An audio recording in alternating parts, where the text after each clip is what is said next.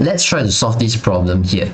A 2 kg block is pushed against a light spring of the force constant K, 400 Newton per meter. So you can know that this block here is 2 kg, whereas this spring here has a spring constant of 400 Newton per meter. Let's write it down. Okay, the block here, it's 2 kg, whereas this spring here has a spring constant of 400 Newton per meter. Okay, compressing it, x is equals to 0.220 meter. So right now, this spring has already been compressed. So probably when it is unstretched, it is somewhere around this length. After being, not stretched. When it is unstretched and uncompressed, the original length will be from here to here. But now we have already compressed it by 0.220 meter. So the compression here is 0.220 meter.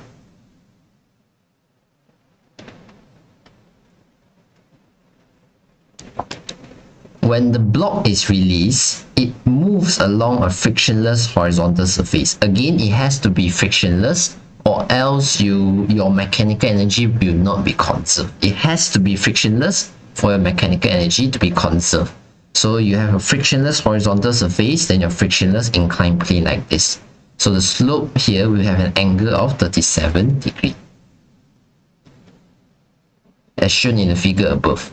Now they ask you to calculate the speed of the block as it slides along the horizontal surface after it leaves the spring.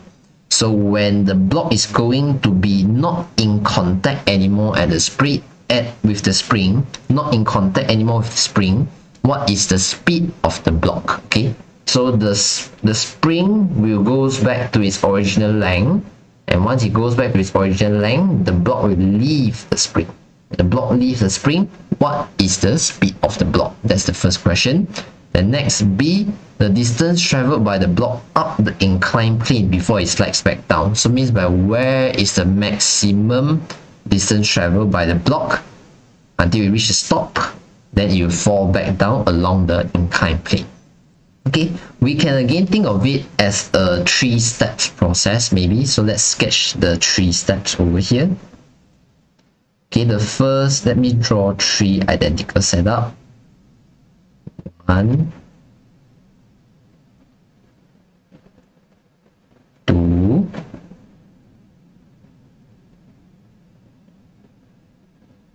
3. Okay, so all 3 of these, you have your spring.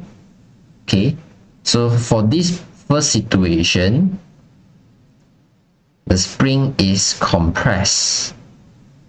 Okay, you can think of the original length of the spring to be somewhere around here. So this is situation A. Situation B, your spring has already reverted back to its original length. Then your block over here is going to leave the spring. Okay, so over here the object is still at rest, but over here the block is already moving a certain speed already.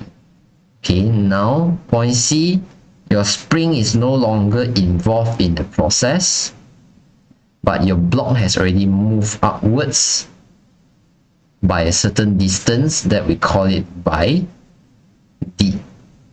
Okay, so you can also say that at this point over here, your block has already reached a certain height, which we call it by HC.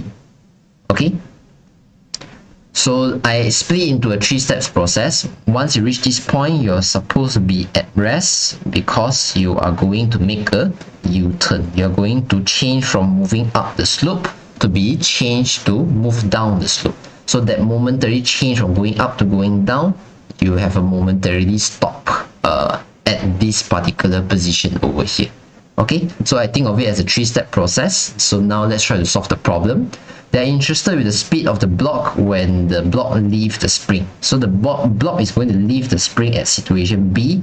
So we are going to find the speed in situation B. What do you compare it? We compare it with situation A, because you know that the object is not moving in situation A, kinetic energy is 0. the object haven't moved up the slope yet, so we know that if we set the ground as a reference height, your gravitational potential energy will be 0 as well. That leaves us with the elastic potential energy, but because we know how much the spring is being compressed, we can find the elastic potential energy. Okay, so we have everything we know in situation A, but we are interested to know the speed in situation B. So let's compare mechanical energy of A with mechanical energy at B, and technically they should be equal to each other because the mechanical energy is conserved. So for A, I'll be comparing mechanical energy at A to be equal to the mechanical energy at B. I'll again expand it to become the kinetic energy of A plus the gravitational potential energy of A plus the elastic potential energy at A, and these will be equal to the kinetic energy of B plus the gravitational potential energy at B plus the elastic potential energy at B. Okay, so let's expand it further. Before I expand, of course, we know that it's not moving initially, so VA is equal to 0. That's why kinetic energy is equal to 0. You are on the ground, so HA is equal to 0, so your MGH will also be equal to 0. So that leaves us with the elastic potential energy. Okay, so now we are clear with everything. Let's expand it further. This will be not MGH. MGH again is for gravitational potential. This is elastic potential. Elastic potential is half KXA square, and it's equals to half MVB square plus MGHB plus half KXB square. Okay. Actually, I can further simplify this equation a little bit because I know that I'm still on the ground, so HB will become 0 because I'm still on the ground. So this whole term here will become 0. I also know that my spring, when it reaches situation B, my spring has already fully unstretched. It has already go back to its original length. So when you go back to your original length, your elastic potential energy should be equal to 0 because there's no longer any compression. So my XB here will become equal to 0.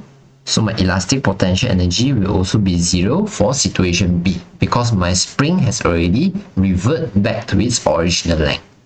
Okay, so knowing these two things, I can expand now on the equation to be just elastic potential energy of A equals to the kinetic energy of B.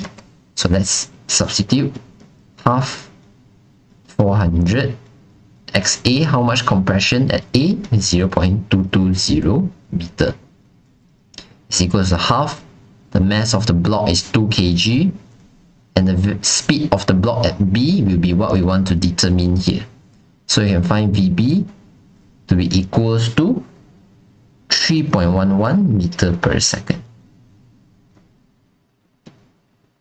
Okay, so that's how you determine the speed at situation B, where the block has already started to leave the spring. Okay, let's move on to question B. Question B asks the distance traveled by the block up the inclined plane before it slides back down. So this is the maximum distance traveled up the inclined plane. We label it by D. Okay, but to find D is actually not so straightforward. If you want to use the principle of conservation of mechanical energy, what you can determine is to find the height first. Okay, because we see that this is actually a right angle triangle, we can find the height first. Then from there, we find the distance traveled using just a right angle triangle trigonometry. Okay, so let's find HC first.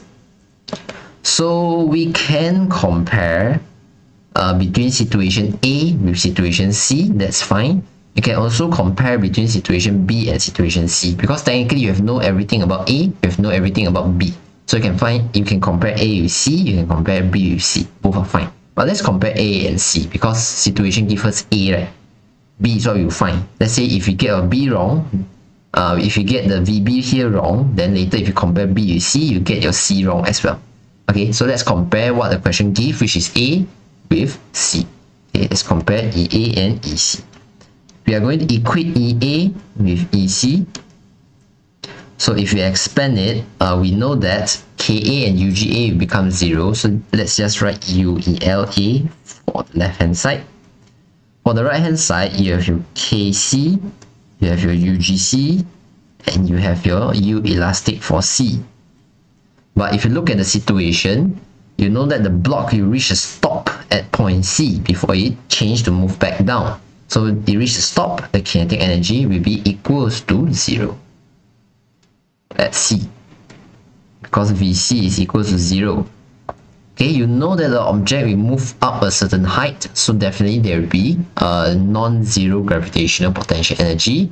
But you know that at situation C, your spring is no longer involved. There's no stretch, there's no compression to the spring, so you know that there's no elastic potential energy because xc is equal to 0.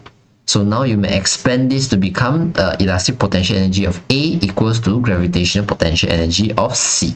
So that is just half kx A squared to be equals to mgh of point C. Okay, proceed to do your substitution. Half 400 0.220 square is equals to mass is 2 kg, g is 9.81, and now you have your height of C. You can calculate it and you get your height of C to be equals to 0.493 meter. Okay, so from here we already determine that, let's draw this right angle triangle. We determine the height here to become 0.493, and you know that the angle over here is 37 degrees. Okay, so through a bit of trigonometry, you know that this is opposite, this is a hypotenuse, this is adjacent, and you're interested to know the hypotenuse. So it will involve H and O, so therefore you use sine for this equation because SOHCAHTOA. Okay, so it's a bit compressed here. I'll proceed with the calculation. Next page maybe. Okay, so sine 37 degree will be equals to opposite divided by adjacent. Just now we did determine opposite to be the height. Okay, opposite is the height. So our height is 0.493 meter.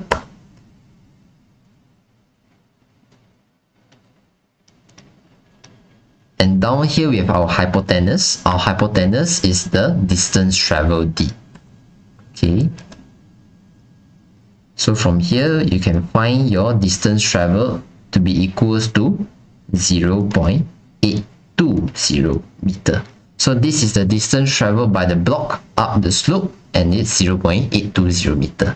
Okay, so after it travels by 0.820 meter, it will reach a stop, and then after that it will falls back down the inclined plane. So that is how we solve this question using principle of conservation of mechanical energy. That's all for this question. Thank you very much.